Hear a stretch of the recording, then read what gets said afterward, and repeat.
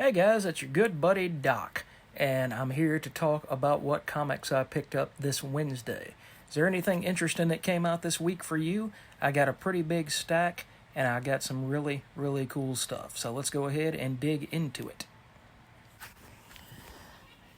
Alright, first book that I picked up is Marvel Superheroes Secret Wars issue 11 of 12. So that's a facsimile edition, so that's going to be talked about in a future greatest hits video, but it is almost the finale of the facsimile editions of Secret Wars.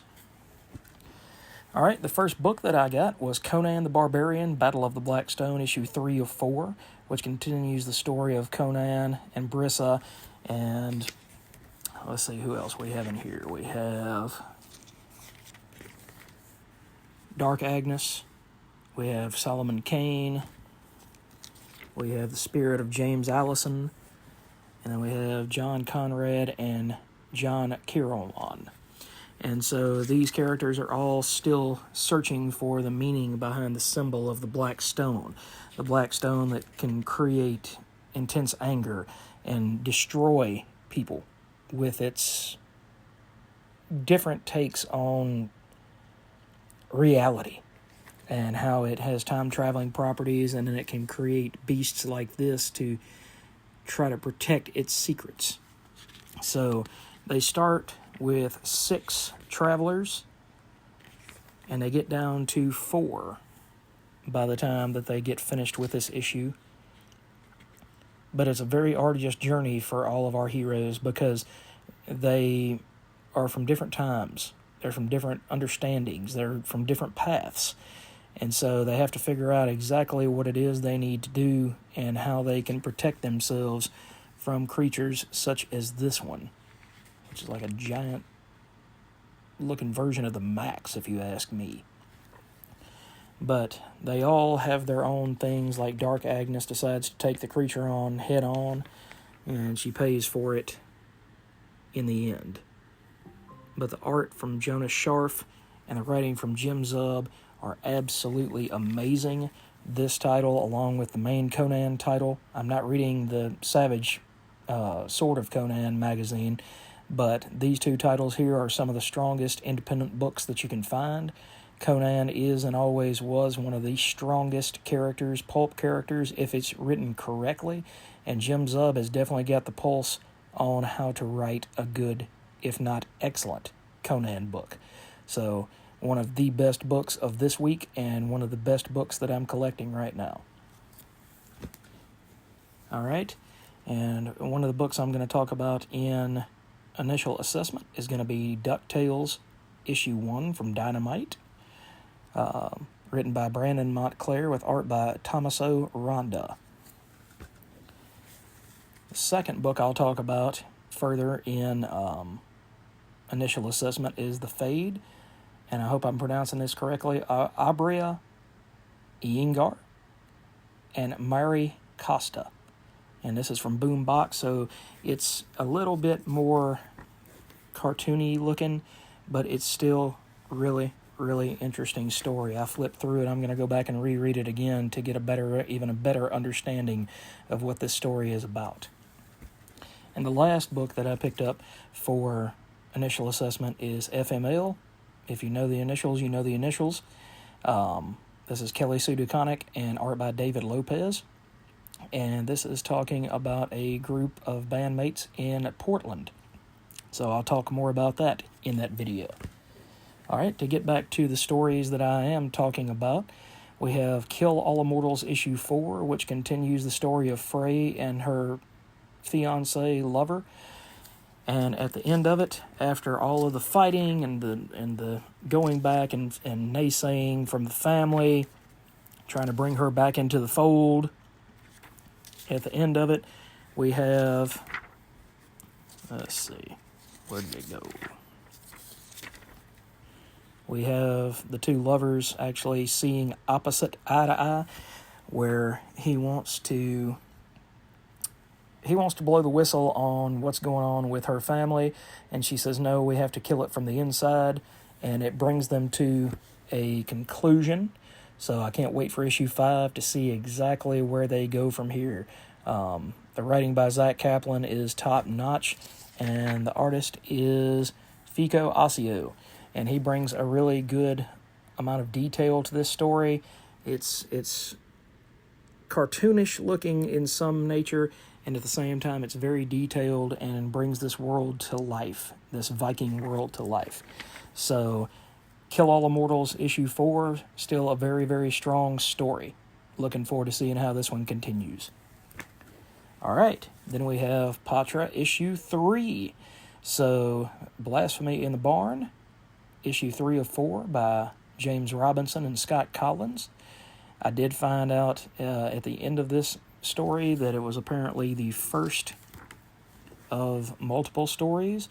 Here's Jeremy Jones, and you find out a lot more about Patra's nature in this book and what she has to do in order to move on, because you found out last issue that she was actually a ghost, and this is just part of her story. So she becomes a much more fleshed out character in this issue, and she becomes much more real. She goes through this issue and comes to an understanding of what it is that she has to do. And the first 2 issues moved kind of slowly because you just thought that she was being chased by Jeremy Jones, but now she realizes that she does have a mission to complete that does involve Jeremy Jones, and she's starting to come to the understanding that she has to have a reckoning with him in order to move forward in her life. So this art by Scott Collins is something totally different than what I'm used to from him. I remember him when he was doing the Flash back in the late 90s, early 2000s. So this new scratchy artwork is really different. It's not bad. I like it. But you just don't expect that out of Scott Collins. But this was really a strong miniseries. I do like James Robinson's writing, and like I said, Scott Collins has always been a consummate professional as far as artwork goes. So I'm interested to see how this finishes up next month.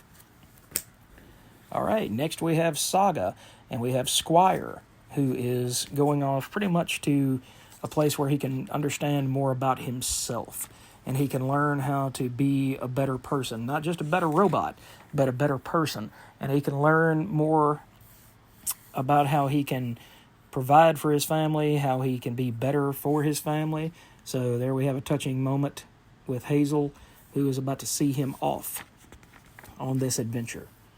And then we have this Ranger Rick looking character here, who is trying to help out this secret intelligence agent who is trying to suss out where these different characters have disappeared to.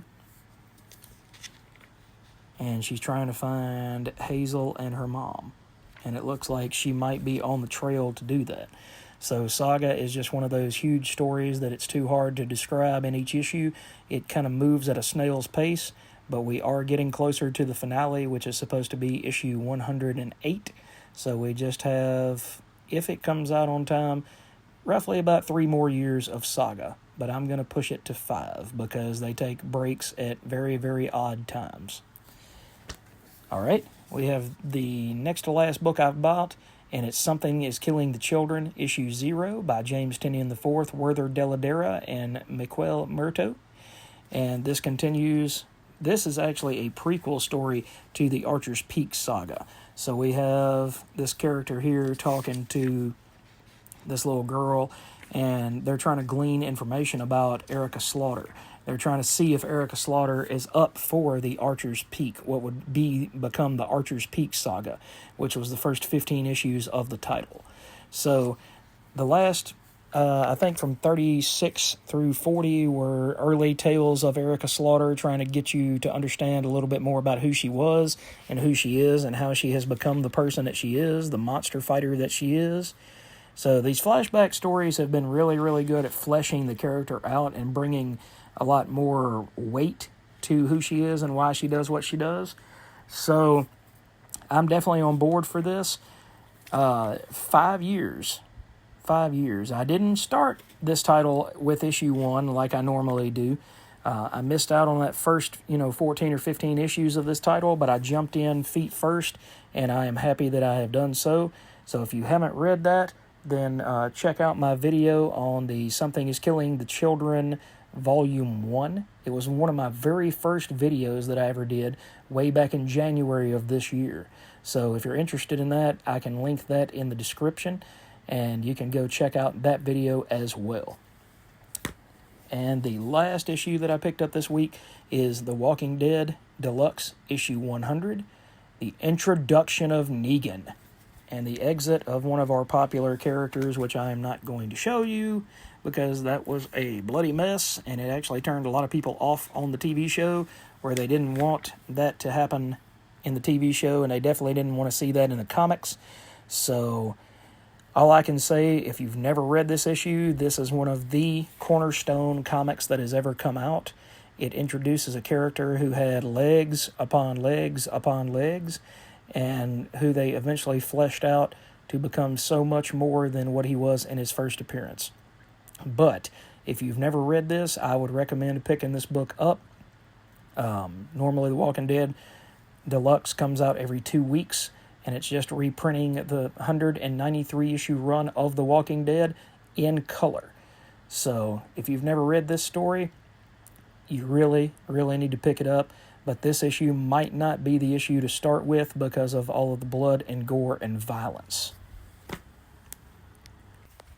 All right, guys. Well, thanks for joining me on my journey again.